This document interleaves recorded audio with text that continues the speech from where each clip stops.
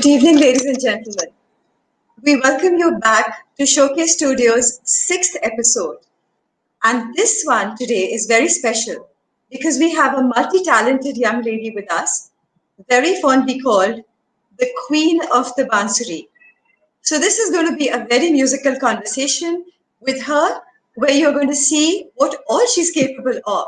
So there is the flute, her voice, and her compositions.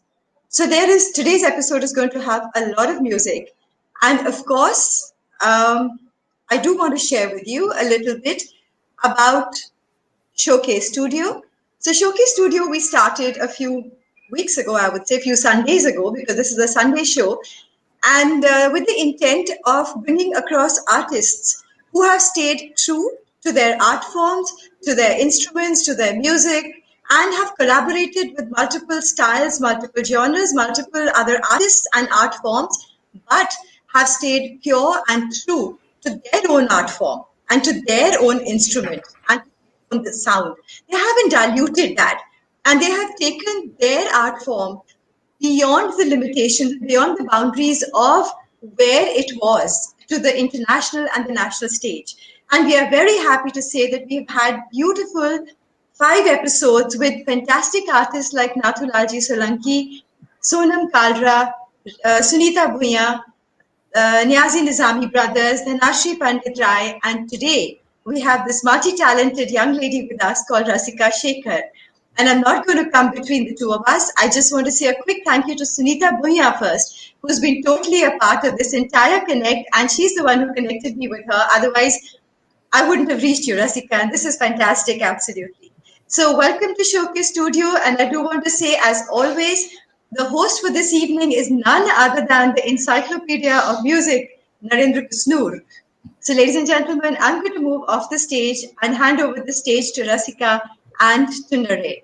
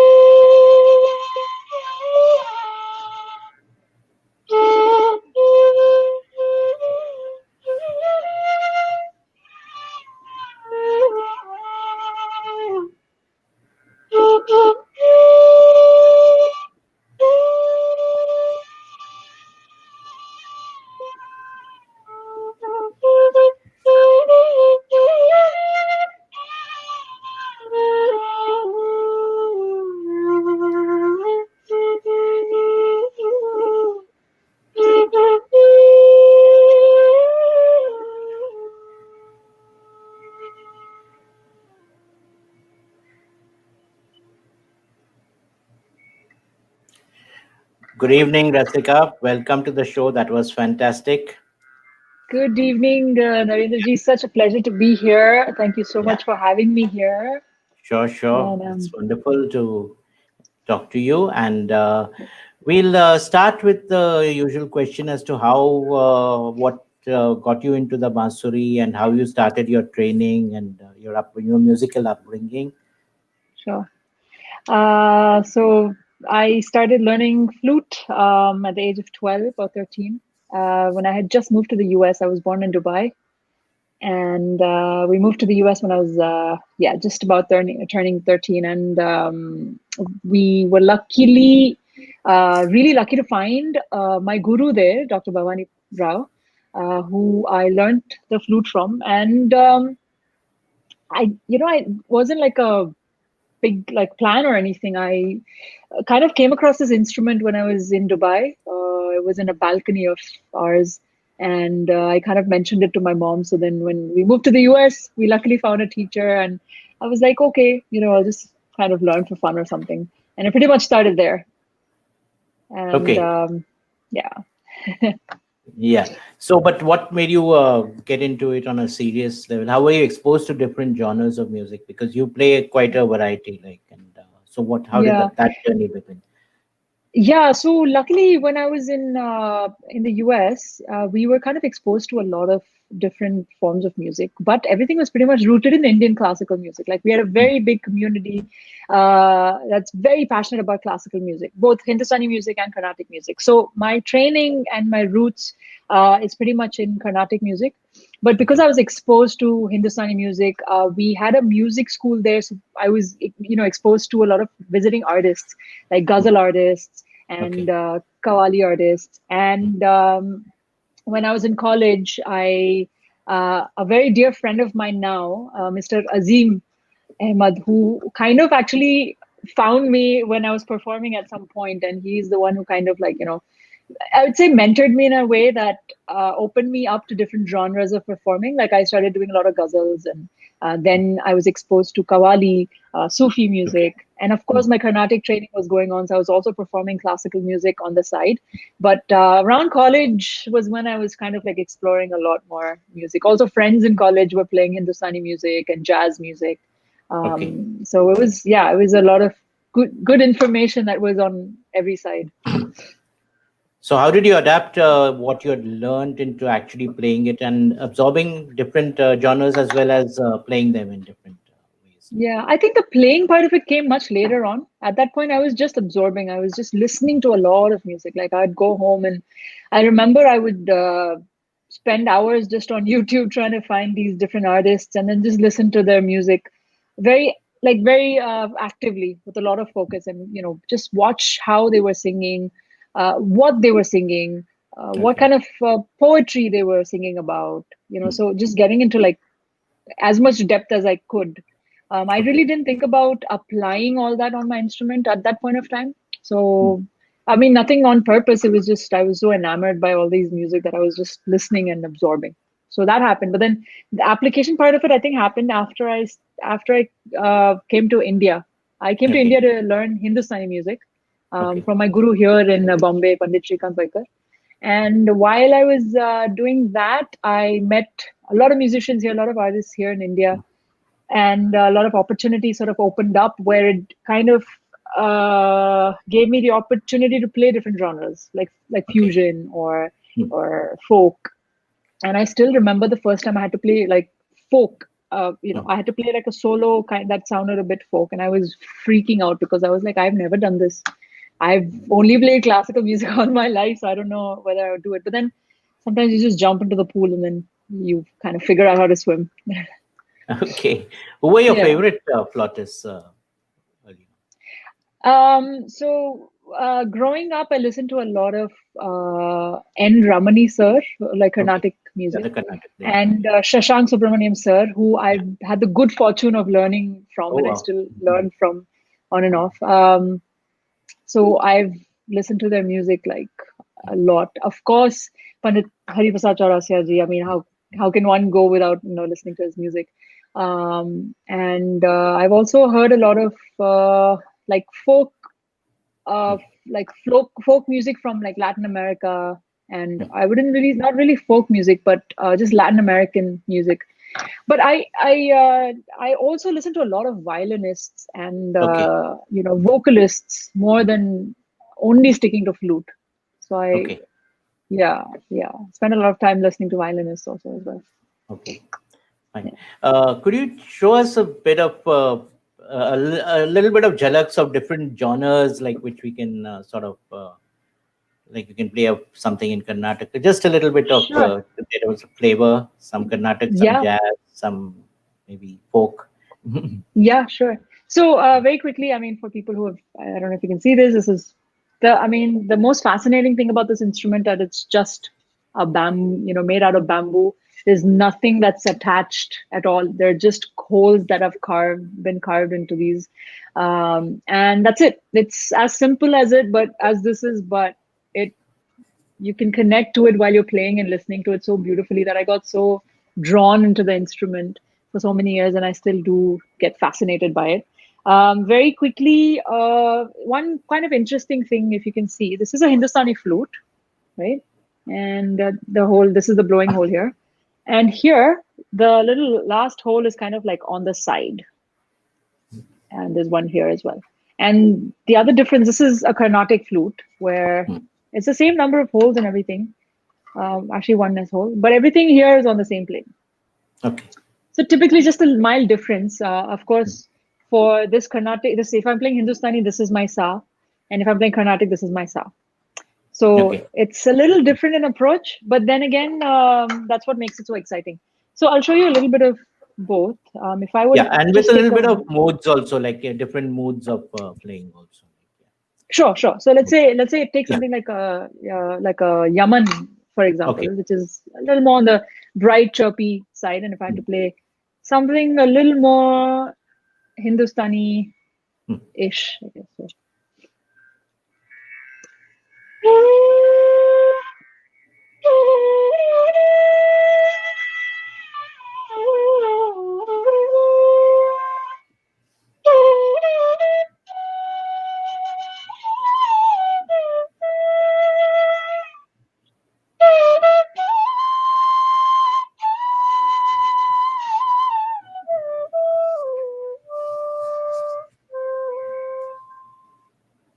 And if I were to approach it a little slightly more in the Carnatic, the same rag, the same mode, pretty much, in the more Carnatic way of things.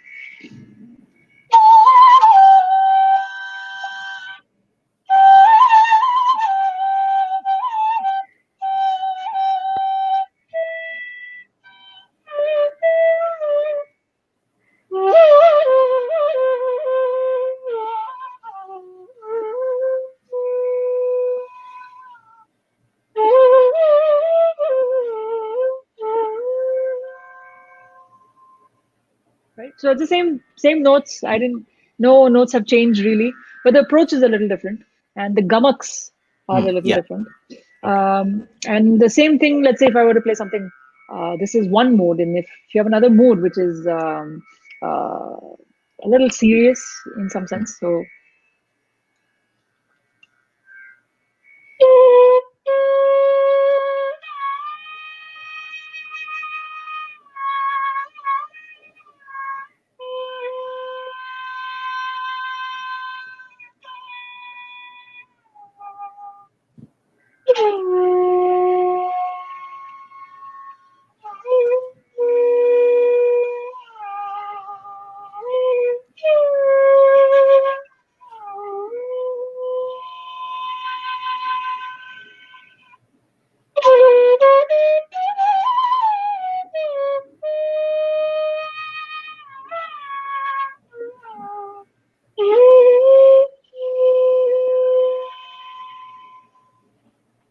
So you can kind of go into modes like that, which Hmm. is a little serious.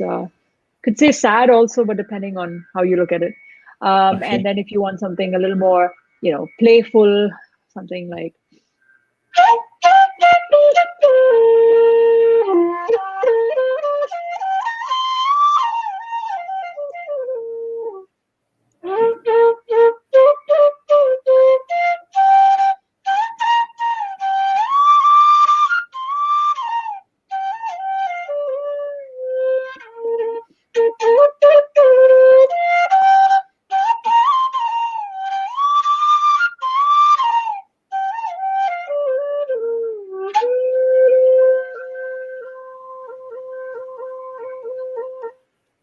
So you have all these like little elements that you can uh, incorporate to change the shift of mood around a little bit. Okay. So, You also sing, and how do you balance the singing practice with the flute practice, and also how do you approach them? Like, is it the breath, especially the management of breath? breath. Yeah. Earlier on, I used to hear a lot of people say, and I think they still do say that usually um, uh, people who play the flute don't sing or vice versa because it kind of Hmm. Hmm. incorporates the same thing. So I couldn't choose one. I spent a lot of years thinking, oh, I need to pick one and I need to, Although, of course, I've been trained on the flute a lot more than I have been trained on vocals. But uh, I've kind of worked on the breathing a little bit. So what Okay. happens is when you sing, you breathe a lot from your stomach. Hmm. And while you're playing the flute, there's a combination. You also breathe from up here. I mean, naturally. Yeah. So it took me a while to really understand that, okay, these are two separate ways to do it. And I just need to strengthen each part of it. So now to get that awareness, okay, when I sing, I have to breathe from my stomach and sing from my stomach. And when I'm playing, it's sort of like I'm using, the breathing that's up here and then also down there. So it's like, it's just a bit of an awareness that had took some time to Okay. work on. Um, so that's that. And but ultimately, I just kind of thought about it as expression. Really, I think it Okay. comes from what am I trying to express, or just naturally trying to express. I'm not even thinking actually. So it kind of flows, and I'm yeah just doing both as honestly as I can to express what the music demands. Sure. So, can we hear you sing a bit now? Yeah, sure. So this was a request actually for everyone uh, from Showcase team of Showcase. This is for you guys. A very beautiful song that I really love from the recent times, from a movie, from a Bollywood movie actually. But the melody was really, really nice and really written beautifully. So.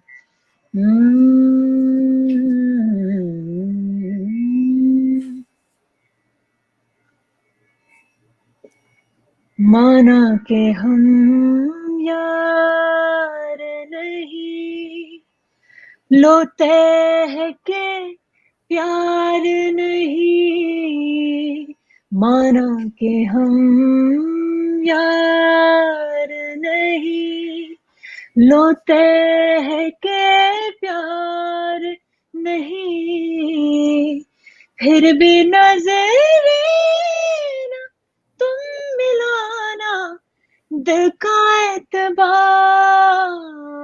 नहीं माना के हम यार नहीं लोते हैं के प्यार नहीं माना के हम यार नहीं.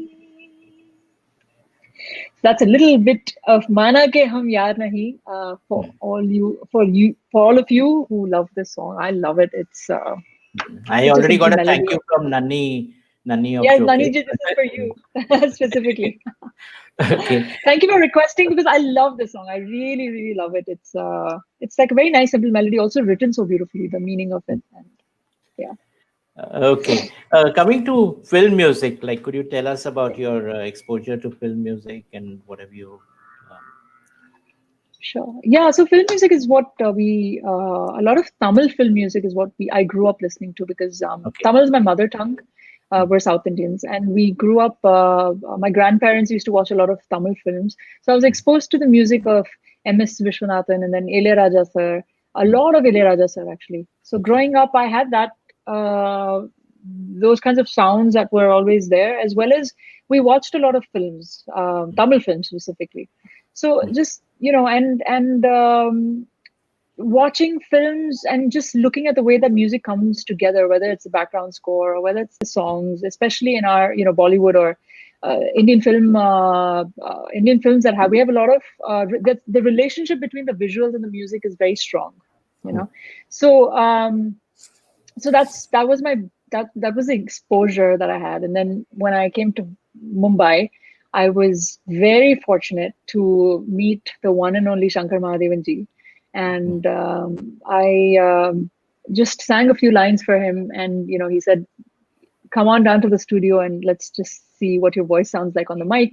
And when I went there, I was best day of my life because I also saw Ehsan and Lois. All three of them were there, and just I got to see of the studio and everything, and I kind of just sang a little bit for them on the mic, and they were really happy. They sort of like, I mean, I was just like in awe and a lot of excitement because it was the first time I was in a studio in Bombay, and that too with Shankar Ehsan Loy. So, I mean, the dream couldn't have gotten any better. Um, so that happened, and then a few weeks after that, I got a call saying, "Can you come in to dub a song for a movie that they were doing, Shankar Sandloy, called Dek Indian Circus?" And I thought it was a dream. I thought it was someone was joking, but but I got, so that was my first song that I sang for them, for any film actually, and it was this Rajasthani influenced song where there was a lot of hybrid lyrics in Hindi, but it had a lot of Rajasthani words, and the way that it had to be sung also was that. But Shankarji really guided me in kind of knowing how to approach it. How do you throw your voice for that? Although I'd been singing ghazals and Punjabi, but then Rajasthani music is very different, like the way they throw their voice, or depending on what the song and the lyrics required. So that was my first experience, and then I got the opportunity to sing a few more songs for them for films, and it's really exciting because you get to go in there and play different characters through your Yeah. voice. So Yeah. every song kind of demands, depending on the situation that is being filmed at. Okay. Sometimes it's playful, sometimes it's serious, sometimes it's Yeah. romantic. Situation. Yeah. Yeah. So I got to explore that with these experiences, which was like really amazing. So I have to, I mean, just a big, big, big thank you. And they're my mentors and my idols, Shankar Sandloy. I Okay. learned a lot from doing that. And of course, Just a line of that song. Just a line of that yeah. song. So I've done this song, which is a little more romantic, which is Okay. uh, सांसों रोए दो अखियां, सांसों रोए दो अखियां, मारा है जिनने नींदों ने, कभी ना सोए वो अखियां. So this was a song called Song Asu Roy. Very, very beautiful melody. And yeah, of course, we were also doing, I was also performing live shows where we were doing film music, Bollywood music, and Tamil music as well. So that was fun also, from the retro and from, the Yeah. 90s and the 80s and stuff. So, That performance with Shankar Mahadevan has become quite big. That way, both of you play the flute and he sings, and that interaction. yeah. I mean, God has been very kind, and the universe has been very kind, because a lot of Yeah. love from that video. Okay. That brings me. You also sing. I mean, like if you were to take a song and sing it in. I mean, since you've grown up on Tamil music, and there are a lot of songs which have been in Tamil first and then dubbed in Hindi and sung in Hindi. So, if you could take any such song and do it. Yeah. So, right off the bat, what comes to mind is A.R. Rahman sir's music in the 90s, which, he started Okay. composing for Tamil films, and then that came into Hindi films as well. So, Tu Hi Re is one thing that comes to mind, because that's something I really grew up listening to so many times. And so, A little bit of flute yeah. also. Okay. Let me just get my tantra running. Um,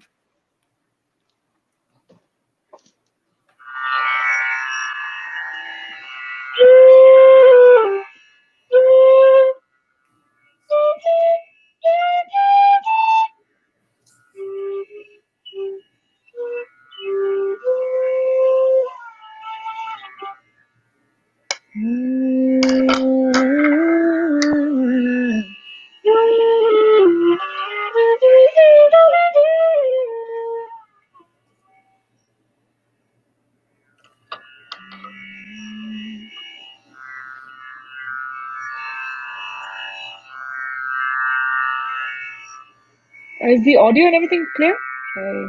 Yeah.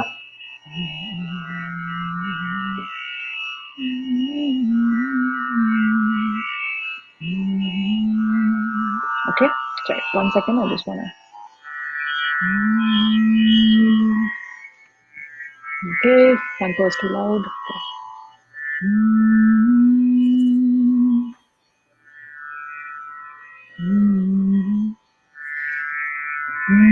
तू ही रे, तू ही रे, तेरे बिना मैं कैसे जीऊं आजा रे आजा रे यूं ही तड़पाना तू मुझको चांद रे चांद रे आजा दिल की जमीन पे तू. Actually, I'm going to sing it a little higher because I realized I only have my D and C flute. So, give me 1 second. Hmm. तू ही रे तू ही रे तेरे बिना मैं कैसे जीऊं आजा रे आजा रे यूं ही तड़पाना तू मुझको जान रे जान रे इन सांसों में बस जा तू चांद रे चांद रे आजाद की जमीन पे तू चाहते हैं अगर आके मुझसे तो मिल जा तू या फिर ऐसा कर धरती से मिला दे मुझको तू ही रे तू ही रे तेरे बिना मैं कैसे जीऊं आजा रे आजा रे आजा दिल की जमीन पे तू हुई रे हुई रे वंदे என்னோடு கலந்து விடு நினைவே நினைவே எந்த நெஞ்சோடு கலந்து விடு நிலவே நிலவே இந்த விண்ணோடு கலந்து விடு நிலவே நிலவே எந்த நெஞ்சோடு கலந்து விடு. So that was in Tamil.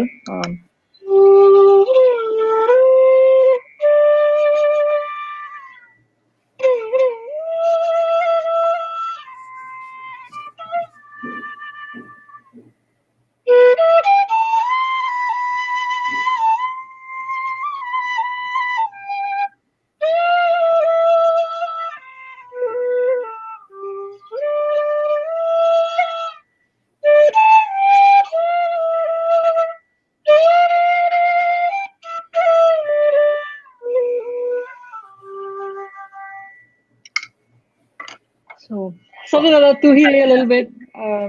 That was Yeah. fantastic. I'm sure everybody Thank loved it there. Yeah. you. Thank Uh, you. you talked about film music. Now, the other, I mean, you also play, you mentioned a bit of folk as in used in film music, but semi classical and folk, like, uh, how did you approach them? How did you, basically, a lot of absorption and then playing in that. So, could you just tell us your journey in that direction? The semi-classical and folk. Yeah. Yeah. So semi-classical, I think a lot of started listening to. I mean, it came from ghazals and just understanding where, when you listen to a lot of ghazals, and you're also parallelly listening to a lot of thumris, and so that took me to just listening to a lot of artists. And I mean, like, yeah, one I can sing like a quick semi-classical song that I Yeah, really sure. love, which actually was used. I think in a film later on, which I believe was sung by Yeshudas ji Hmm. in a film, if I'm not Yeah. mistaken. But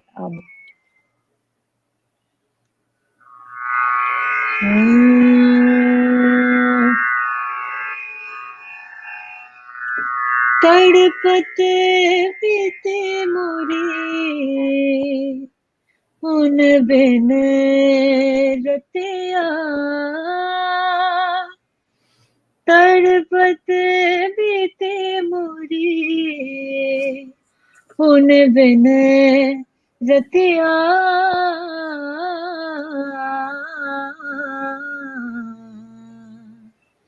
आए ना बालम का करूं सजनी आए ना बालम का करूं सजनी आए ना बालम रोवते रोवते कल ना ही आए जिस दिन मोहे बिरहा सताए हाँ याद आवत जब उनकी Ratia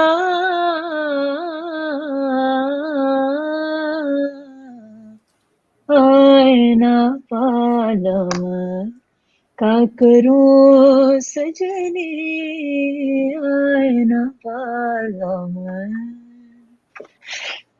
So Wow. this is one of my favorite. I've been Yeah. singing This after a was very in long time. the Actually, love it. this was in the film Swami. Yeah. Ah, So yes, yes, yes. Correct, correct. yeah. Yeah. So we also like play. I mean, you've learned a bit of jazz and flamenco, and how do you incorporate that in your music and Yeah. So yeah, jazz and flamenco is something I learned. Jazz, a lot of I used to listen to a lot of jazz music, which I Hmm. was very. Um, I mean, I influenced is not the right word, but it kind of took me to a very different sphere, I guess, in a Yes. way of like how I looked at music because there's so much depth in jazz that it's like a big ocean. Like I mean, any form of music is. But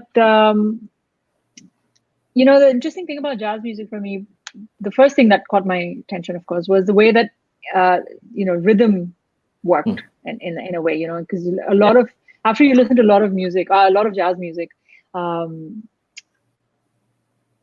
I sort of saw parallels between Carnatic music and jazz music Yeah. in the sense of rhythm. So that studies continued for me when I went to Berkeley in Spain. Okay. So I studied a lot of jazz theory at that point of time, and also studied flamenco music Hmm. because I mean it was the best place Spain. to study flamenco I think music it's living Spain. in Yeah. Spain.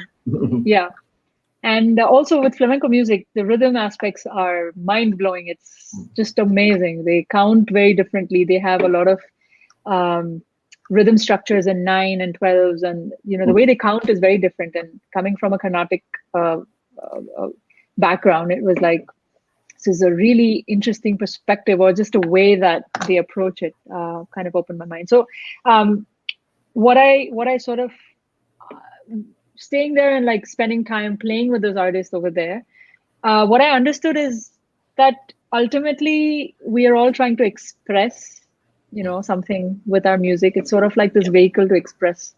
And with flamenco music, the way you sing flamenco music, there's a lot of parallels between what I found from Tamil Nadu's folk music. Like a lot of the Okay. lyrics were the same, like, you know, the way they were Okay. talking about sadness or Hmm. death. It was very intense, but it was very close, like because historically everything, you know, they all like kind of like branched out. All those musicians kind of branched out. A lot of people went into the Europe part and came into Spain.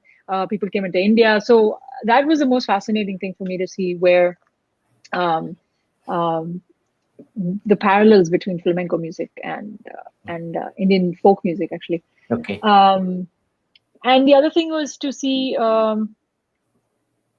like rhythm, how rhythm again was used. Like I can show you a, a small piece, Sure. maybe you know, or aspects of like just using rhythm. Sure. So Sure. a lot of flautists I heard in Hmm. flamenco music were Okay. phenomenal at doing the trills and Okay. playing with the rhythm of like what they heard on the cajon, for example. So it was Okay. like um, Oh, which we have in classical music here as well, yeah. but the application of it was very different. Hmm. So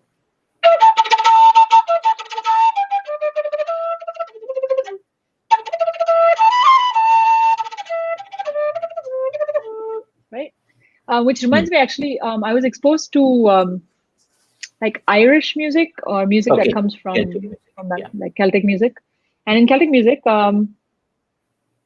the movements were something like this. So, for example,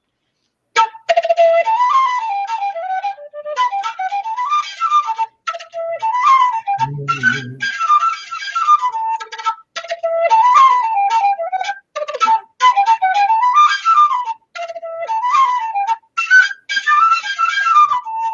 so a lot of choppy Okay. phrases, Hmm. but also you're playing trills and you're also playing normal like regular notes. So Yeah. that combination was something was like just amazing. Hmm. So it took me a long time. It took me a long time to be able to Okay. balance those like those chop notes and those like trill notes. Hmm. So you're doing like,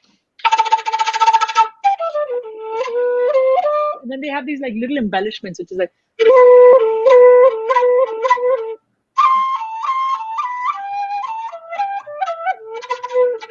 So it was, a lot of breath control. I think Hmm. one of the pieces I played is like this. This is a piece that I had to play with the band Hmm. with for my final project there. Hmm. It was like every after playing it for like an hour or something, I had to get like Gatorade or some electron or something. It's very demanding, probably the most demanding in terms of what I've played. Okay. So yeah, but So how it did just you? showed me that what this instrument was capable of. I mean, you Yeah, but can how do did like all you these go very about cool learning stuff. it? Did you learn from a particular person, or was it just by listening and hearing stuff? Mostly by listening to the different forms of music or different pieces, and then also like listening to the piece to see like what are those little embellishments that they're doing, like how are they doing it, why are they doing it, how like where does it come from even historically. But also the program director at that point of time was an expert of this form of music, but Okay. he used to play like on the violin he would show me how Okay. he played chop like, Yeah. and then how he had like chop notation and stuff like that, which you have to then absorb and then see how you apply it to your own instrument, and then Okay. also find your own way to do it, because Hmm. that's one thing about this instrument, that every flautist will have very different ways of approaching things, like even the way they hold it, even Hmm. the way that they play it is Hmm. slightly different from flautist to flautist, Okay. because it's like this extension of your body in some sense. Okay. Hmm. And just to see what works for you, what works for your breath. So it's like this non-ending journey of exploration. Okay. I've also seen this video of yours with John McLaughlin, who's one of my favorites, Oh and yeah, Stella by Starlight, and my favorite yeah, things. Yeah. yeah. How did that? What was that experience like? And other collaborations that you've been doing with, say, jazz or world music artists? Yeah, oh, that collaboration was, I mean, incredible to say the least. I don't have enough words to sort of express the way I felt when I heard, and uh,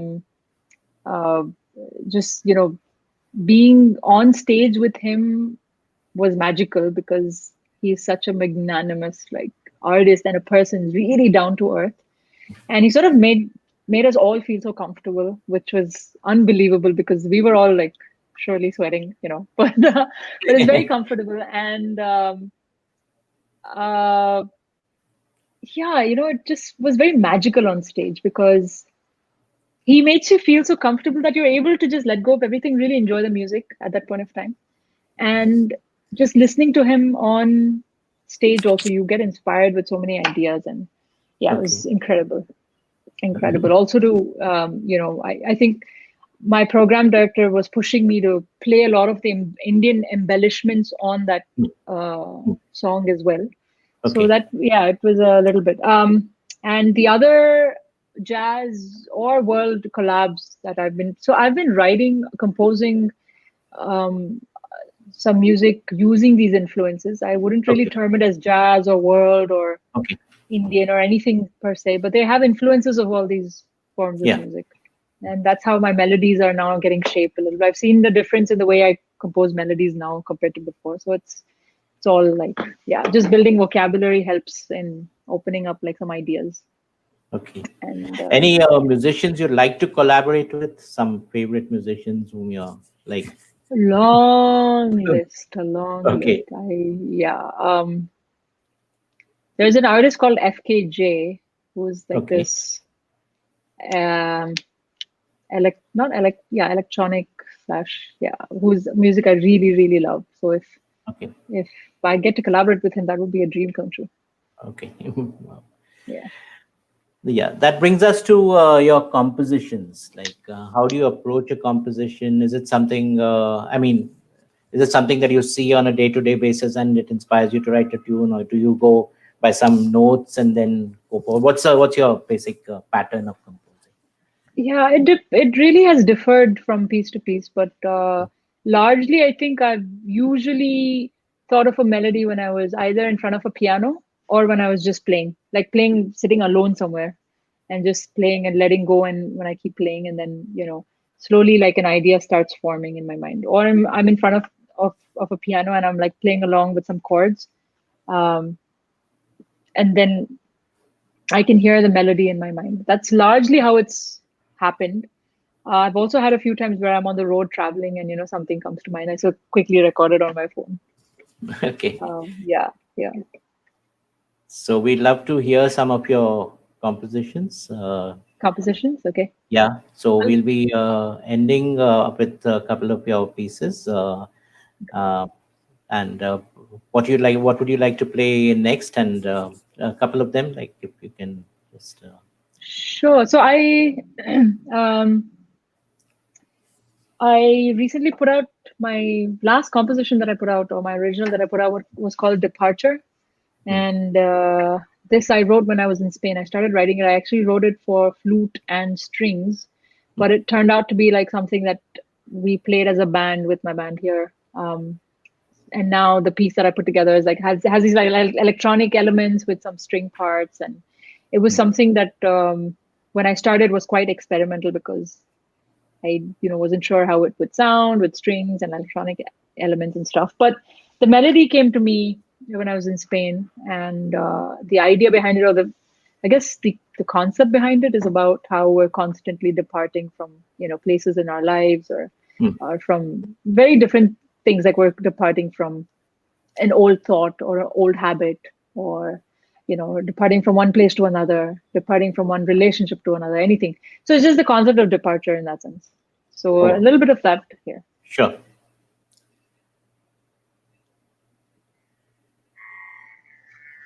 And I actually started it when I was humming rag malcounts, um Yeah, hindolam in Carnatic yeah, music, and then a few chords kind of took me to another rag from Hindolam or Malkauns. And then from that rag went to another rag. So it all came together in this form of melody.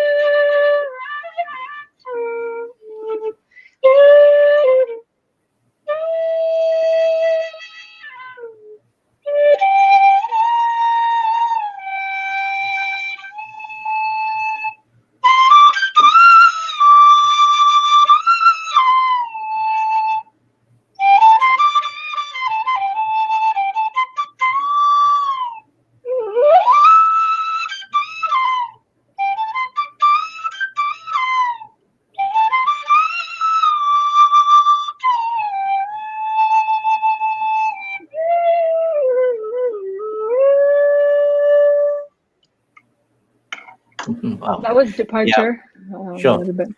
Yeah. Sure. So we'll end with another piece, and it was wonderful talking to you and getting to know so much about your music and your approach and Thanks. your influences and a lot of things. Like, I mean, how you approach different genres of music. Like, especially, I mean, we knew about certain parts before having seen you on YouTube and all, but this flamenco and jazz that came as quite a revelation, the new thing, and even so, certain tunes that you sang, like.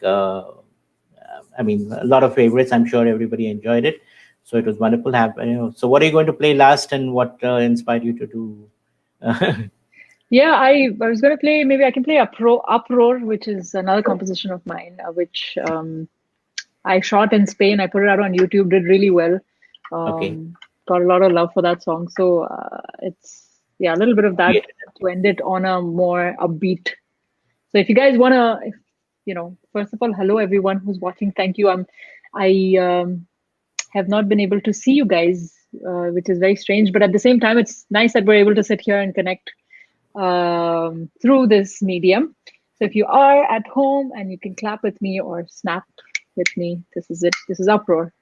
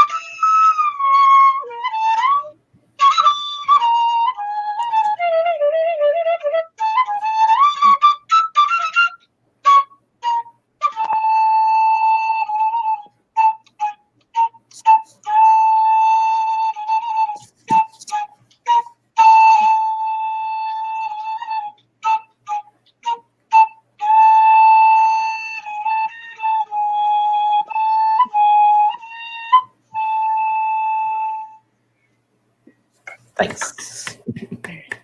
Thank you so Thank you much. so much, Narendra We ji. will Thank you very much for having me Yeah, here. it was a wonderful, wonderful And interacting. And now thank you to some way back. everyone who's joining us. So thank you so much for being here and watching this. And thank you, Rasika, for this most beautiful evening. I mean, it was just fantastic, and I really I have no words to say after all that music. And this truly was a musical conversation in every possible way. And Naren, thanks so much. You brought it out so beautifully. Thank you so And much. I think I mean, we couldn't have asked for anything better, really. How beautifully you explained about the flute, which was so important for us, and a lot of learning happened along the way. And, I have to say, when you talk about multi talented, multilingual people, it's a very large term, but today we've actually, like we've got one with us, and I'm sure everybody's enjoyed. I'm going to share the comments with you. Very, very complimenting comments, Rasika. Everybody's been Oh, saying it's like lovely. Thank you. so beautiful, so amazing. And Thank you. okay, I know I'm going to be a little greedy, and I do that with my artists because I never want my evenings to finish, right? So I'm just going to stay on the stage, but I definitely want you to play one of your pieces that you feel is very zingy and something which is like, even if it's been there, done that, I don't care, but something which is like you, vibrant and as you are, and something which has vocals and a bit of flute and has everybody dancing. Dancing. Okay. So it's over to you. Flute vocals is not. Well, So let's have a bit of it, fun. yeah. Okay. Well, if everyone's gonna be at least clapping or dancing, I'm sorry, guys, I'm I'm extending this by another 5 minutes, but I that's definitely I, want to Yeah, I just hope you guys are clapping because although I'm not able to see you, I will feel the energy and we'll all feel the energy together. So, towards the Yes, end, I know you guys probably have heard this, but how can we go without doing over to you. Damada Maskalandar? Let's do Oh, that. wow.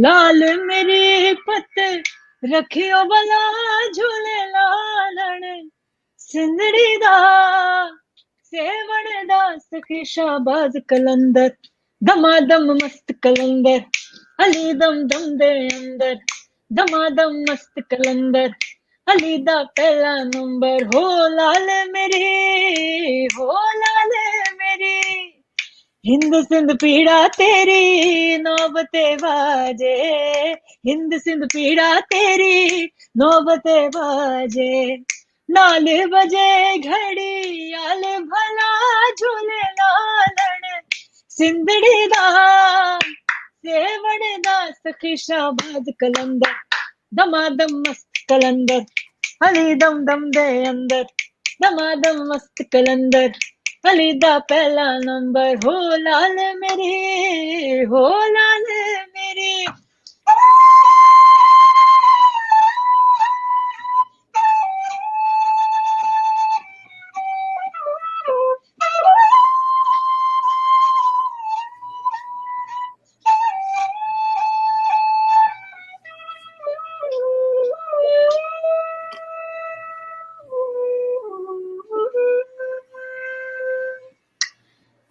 a little bit of Damadam Maskalandar. Yeah, it's always fun to do it with a band and with musicians, but nonetheless, this was also fun, actually. Yes, it was, and thank you so much. We were all clapping backstage for sure, and I know the audience was clapping on the other side as well. And this is the power of your voice, Rasika, because there is just so much feeling and so much soul in your voice that there are some fantastic singers, but if you don't have that feel, you lose the connect with the audience. And you were playing the flute without any instruments, and I mean, it was just another level. And I'm sure everybody Thank shares you. the same sentiment. It was Thank you beautiful. so much. It really means a lot. Thank you, Naniji. Thanks so much. Thank you so much for Thank being with you. us in Showcase Studio. It was lovely. Thank you, Sunita, once again. And she's Yes, here with Sunita us. ji, thank you. I do. Thank Thank you, you. Sunita ji, for putting us in touch. Actually, thank you so much. Yes, absolutely. So we're looking forward to doing a lot more, hearing you a lot more as well. And Naren, thank you so Sure, much sure. for this. And so thank you, ladies and gentlemen, for being with us today. We come to the end of our episode 6. Episode 7 is on next Sunday, 6:30 to 7 p.m. Rasika, you'll be on our guest list. And I will share the invite. We are going to go to announce our artist on Wednesday. So till then, it's a total surprise for everyone. And so I hope you guys enjoyed it as much as we enjoyed putting it together for you. Of course, a big shout out to the Showcase Events team, Rajshri Agarwal, Naina Kukreja, Noor Anand and Shohini, and every member in the audience who kind of joined hands with us and those that have been coming to us and have been with us from our episode 1. So thank you everyone. Thank you for your trust in us, your support for us, and look forward to bringing in excellent music. Thank you and good Thank you night. so much. Thank you, Rasika. Thank you, Naren. Thank you. Thank you Thanks. so Bye. much. Bye, Thank Rasika.